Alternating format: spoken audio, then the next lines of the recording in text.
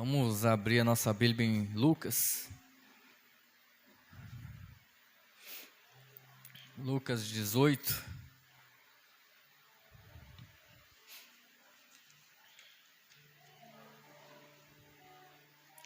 Lucas 18, a partir do verso 9.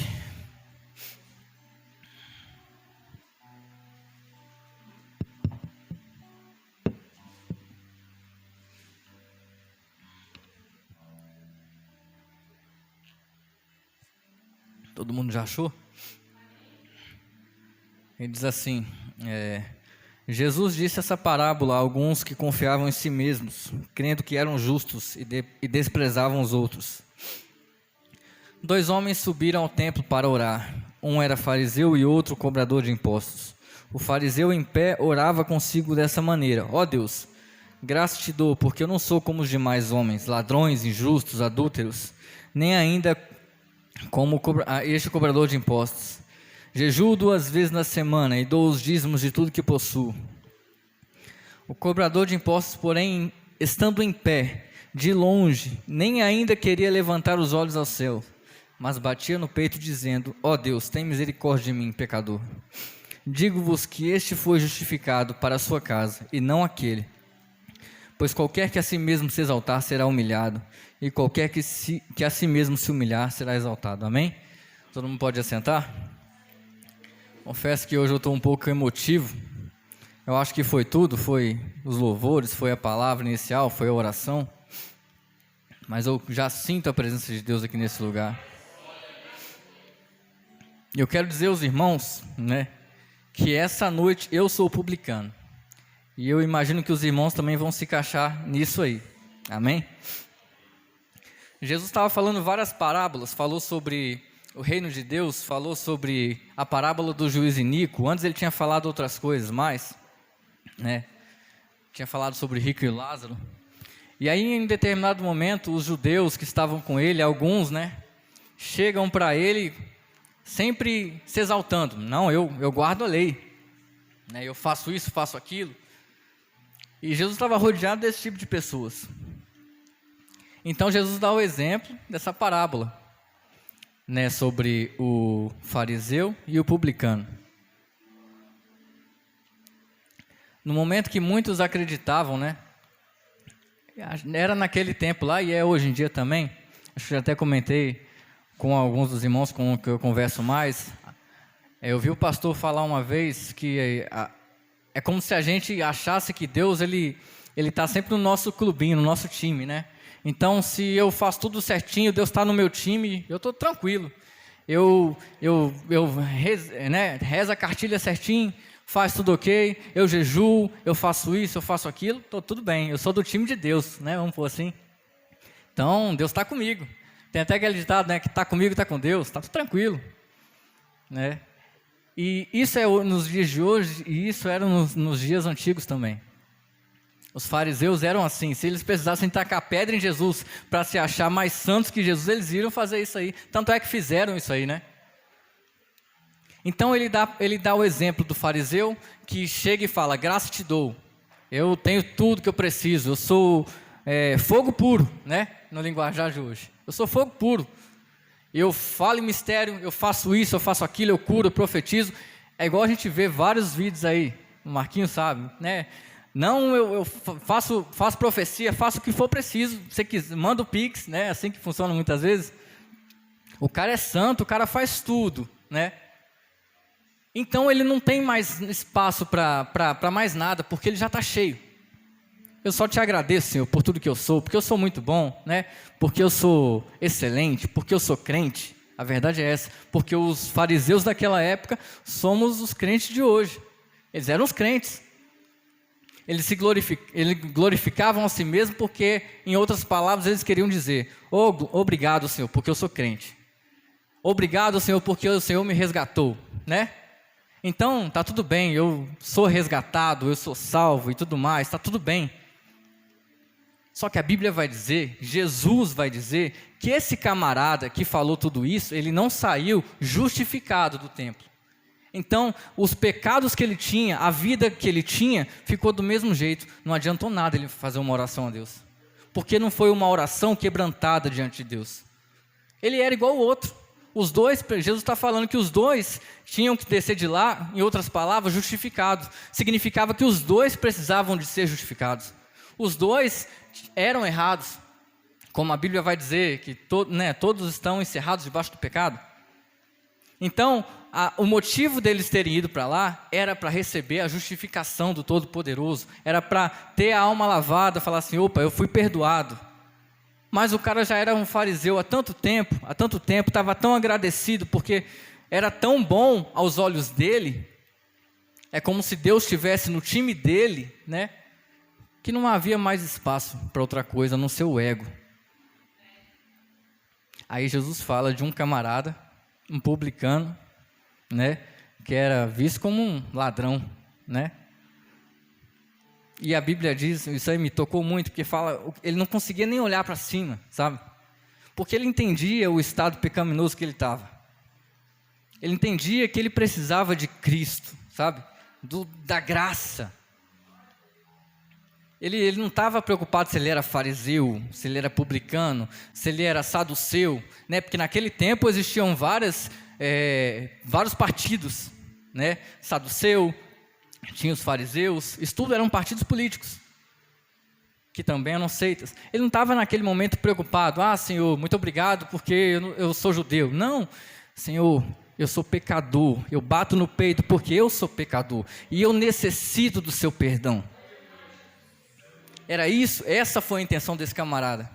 E aí a Bíblia vai dizer, Jesus dando um exemplo, que esse cara foi justificado. Então essa noite é para a gente pensar como um publicano mesmo. Porque só tem um jeito da gente sair daqui justificado depois do culto. Só tem um jeito da gente sair daqui perdoado, com a alma lavada, é quando eu entendo que eu sou pecador e eu necessito da graça de Cristo. Não há nada. Mas eu jejuo. Você pode jejuar 10 vezes, você pode jejuar 24 horas. Não há nada que faça com que você seja salvo. Mas eu não falta um culto. Tudo bem, mas não quer dizer nada quando a gente fala sobre a graça. Porque a graça não é uma coisa que eu consigo com as minhas mãos, né? Igual Efésios vai dizer, que é dom de Deus. A graça é um negócio que Deus deu e a gente não tem como escolher, entender esse mistério. Qual que é o mistério de um Deus encarnar, né, uma divindade, né, virar o Emanuel, Deus conosco? Tem alguma explicação? Não tem explicação, irmãos. Mas essa é por isso, porque Deus não tem, na nossa lógica a gente não consegue compreender Deus. É por isso que eu já até falei com o Divaldo, talvez até com o pastor, eu gosto muito daquela passagem em Coríntios, que vai dizer que na sabedoria de Deus o homem não consegue conhecer a Deus, não conseguiu. Paulo vai dizer, os judeus pedem um sinal, né?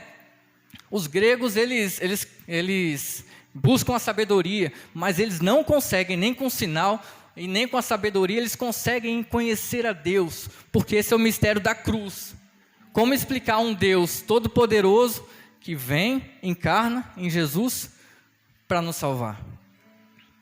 E aí, esse é o mistério da cruz, esse é o evangelho que ele vai falar. Eu não me envergonho do evangelho porque esse é o poder de Deus. Ele vai continuar o texto dizendo isso, né? Porque é a graça. Então, se eu fosse colocar um tema, né, eu colocaria o fariseu, o publicano e Jesus. Porque só tem como olhar para Jesus quando a gente entende duas coisas: se a gente está sendo um fariseu aqui ou se a gente está sendo um publicano. Primeiro a gente tem que enxergar o nosso lugar, porque eu vejo muita gente falando assim, meu Deus, eu decreto isso, sabe? Não sei se os irmãos já viram. Eu não sei o quê, como se Deus fosse nosso empregado e Ele tivesse que fazer a nossa vontade, né? Não, se eu tenho crédito contigo, né? Algumas pregações iniciavam assim. Como a gente não tem crédito com Deus, irmão. A gente é eterno devedor do amor de Deus. Então, por que a gente vai falar, se eu tenho crédito contigo, faça isso? Deus não vai fazer nada. Deus vai olhar e falar, meu Deus, como é que pode, né? Porque a graça se manifestou, trazendo salvação a todos os homens. Tito vai dizer sobre isso. A todos, sem distinção. Mas foi a graça vinda do céu, né? A nós, pecadores. Esse é o mistério da cruz. A gente só pode ser justificado quando entender quem nós somos. E a gente é publicano. Então, não adianta, muita gente pode pensar assim, mas eu tenho uma vida de oração. Como está sendo a sua oração? A sua oração está sendo, meu Deus, eu reconheço, eu sou pecador, eu preciso do Senhor todos os dias. Ou a sua oração está sendo assim, Deus, obrigado, porque eu não estou lá do outro lado da rua, eu sou crente. Né? A gente tem que reconhecer como está sendo a nossa oração. Porque Jesus pode nos justificar, essa é a vontade dele. Ele quer que nós sejamos justificados nele. Então, Jesus tem que ser o nosso modelo. Aí é interessante, porque quando a gente entende os dois pontos, beleza, agora eu já sei o que é um fariseu. Talvez até hoje eu estava sendo um fariseu, pode ser? Ou você, ou cada um dos irmãos, ou quem vai ouvir na internet, né? Mas para se aproximar de Cristo, a gente tem que ser publicano.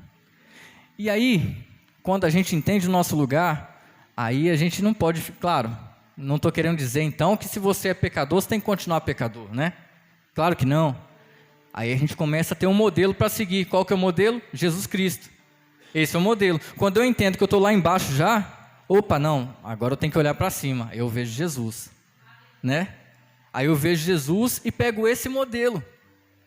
E qual que é o modelo de Jesus? Aí a Bíblia vai dizer que mesmo em forma de Deus, né? Mesmo sendo Deus, não teve por usurpação ser Deus, mas antes aniquilou a si mesmo. Olha a humildade.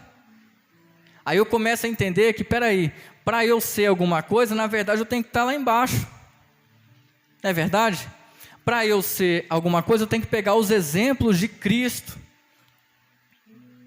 Porque Cristo, na verdade, é quem tem que ser o centro da nossa vida. Não é a chave de um carro, a chave de uma casa, isso é muito bom. Né? Glória a Deus, existem bênçãos, mas o centro da nossa vida, ela tem que ser Cristo, de fato. Porque muitas vezes, comigo mesmo, eu fico pensando, nossa, mas eu não evangelizo nada assim na rua, quando eu encontro alguém. Mas se eu não tiver buscando de fato a Cristo, aí eu não vou conseguir evangelizar mesmo. Agora, se eu consigo buscar a Cristo, se eu busco a Cristo, se eu busco ser parecido com Ele, eu tenho certeza que Deus vai me capacitar e vai me dar a oportunidade de evangelizar. Então o primeiro passo é buscar a Cristo. E a gente vê, irmãos, na sinceridade, que muitas vezes eu vejo que a gente tem um evangelho como se não fosse cristocêntrico, como se fosse no ego. Deus vai me dar, Deus vai fazer, Deus, eu decreto, como eu já falei, né? Não, eu consigo, eu confio. Não é errado você querer que esse ano seja muito bom. Isso é óbvio. Todo mundo quer. Se eu perguntar a todo mundo vai falar, não, eu quero que esse ano seja bom. Quem é que vai querer que seja mal? Ninguém, né? Mas dizer, não, eu decreto que esse ano vai ser o melhor ano da minha vida. Rapaz, pode ser que ele seja assim, mas o mais importante é que a gente tenha que ter a presença de Deus.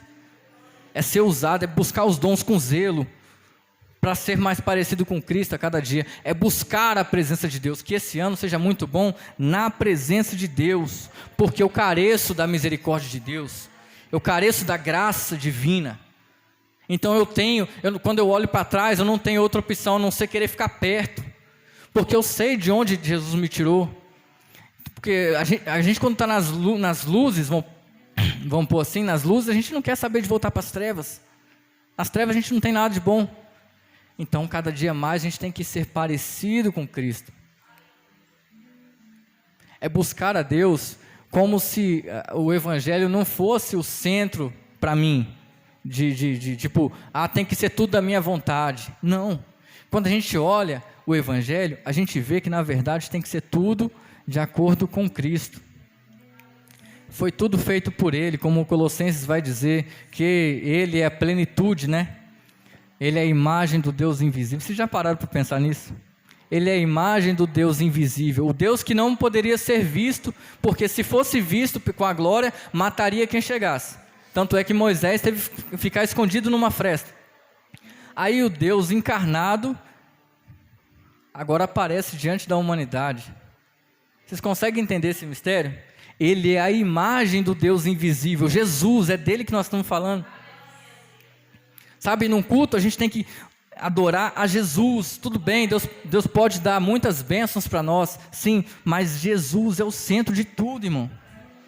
É por Ele que as coisas foram criadas e para Ele que as coisas foram criadas. É diante dEle que todo joelho vai se dobrar quando Ele vier em glória. É diante dEle que toda língua vai ter que confessar que é só Ele que é o Senhor. Então, quando eu me deparo a isso, não tem outra explicação a não ser dizer, eu sou publicano mesmo. Tem um maior que eu, entendeu? Tem um maior, mas o cara é profeta, rico, não sei. Meu amigo, tem um maior. E nesse todo joelho vai se dobrar e toda língua vai confessar. E contra ele, e diante disso, eu não tenho outra opção a não ser pedir perdão, porque senão eu não vou ser justificado. Não tem nada que eu possa fazer para ser santo. Não tem nada que os irmãos possam fazer para ser santo. Então, já que não tem nada, a gente tem que se render à vontade de Deus mesmo. Ajoelhar, dobrar o nosso joelho, porque a todo momento a gente precisa pedir perdão a Deus. Porque os caras também pensavam assim, não, mas eu faço de tudo, eu faço tudo. E Jesus falou, não importa o que você acha que você está fazendo, não importa. Não importa se você jejua tanto tempo, não importa se você é fariseu. E os fariseus, eles leem a Bíblia mais que a gente até, irmão. Os caras leem a Taná, né, que é o Torá, tanto Torá oral como Torá escrita, desde criancinha. Se você perguntar sobre o livro de Isaías, os caras sabem de cor e salteado. Então, e mesmo assim não adianta. Não adianta se o cara lê muitas coisas, se o cara se circuncisa. Não adianta nada que o homem possa fazer, que ele não vai conseguir ser justificado, a não ser estando aos pés de Jesus Cristo. É o que Paulo vai falar, que ele como sumo sacerdote entrou no Santíssimo, né? Onde ninguém podia entrar. É aquele que eu penso que Davi, quando falou naquele salmo, agora esqueci o número, que vai falando assim, quem é esse o rei da glória? Vocês lembram qual que é esse salmo? 24, e acho que é esse mesmo. Quem é esse o rei da glória? É como se, é Jesus o rei da glória. Nele habita todo o esplendor e toda a plenitude e tudo o que há. É nele que quando ele aparece lá em João Batista, ele fala, esse é o meu filho a quem me comprazo. É Jesus, irmão, não sou eu, não sou você. O centro não sou eu. O centro não são os irmãos aqui. O centro é Jesus. Mas a minha vida, não sei o que. A vontade de Deus é que a gente entenda que é Jesus, tudo é para Ele. Tudo é dele, tudo é para Ele. Aquele que o apóstolo João vai falar assim, no princípio era o verbo, e o verbo era Deus, e o verbo estava com Deus, e sem Ele nada do que, né? Então é aquilo, é o Deus, é o grande mistério que ninguém consegue entender, de um Deus que se tornou acessível, de um Deus que precisava matar a humanidade, precisava matar o homem, tinha que matar, ele não nega a si mesmo. Então ele vai matar o homem porque o homem pecou. Então o mesmo Deus se faz homem para que a ira dele se aplacasse no homem, mas não na gente, em Deus. Olha, é um mistério. É o mistério da cruz.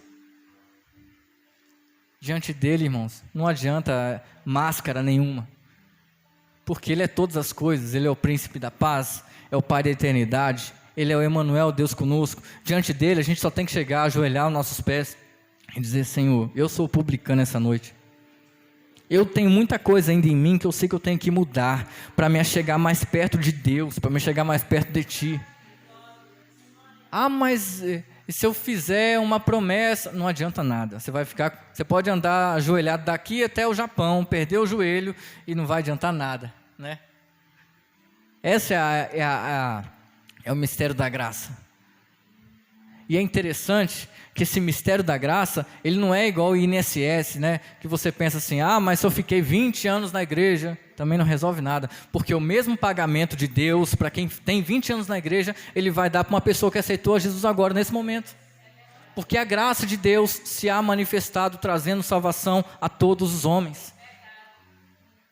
É a graça de Deus. E é um Jesus todo-poderoso. É nele que nós temos que centrar as nossas vidas, porque Ele que é capaz de mudar. Aonde Ele chega, o ambiente muda. Não tem outra explicação. Ele faz alegria no casamento, né? E quando bebê, né, um feto ainda, na barriga da Maria, quando simplesmente as duas grávidas se encontram, a Bíblia vai dizer que João Batista começa a saltar ali. Não dá para explicar isso, irmão. Mas aonde tem Jesus na casa, tem mudança, tem alegria, tem alguma prova empírica do Deus Todo-Poderoso, vai acontecer alguma coisa. Porque o Deus se fez carne. O Deus Todo-Poderoso encarnou. Por amor. E é um amor que é um mistério, nunca vamos entender. Mas que a gente seja esse publicano essa noite. Amém? Agradeço a oportunidade, em nome de Jesus. Amém.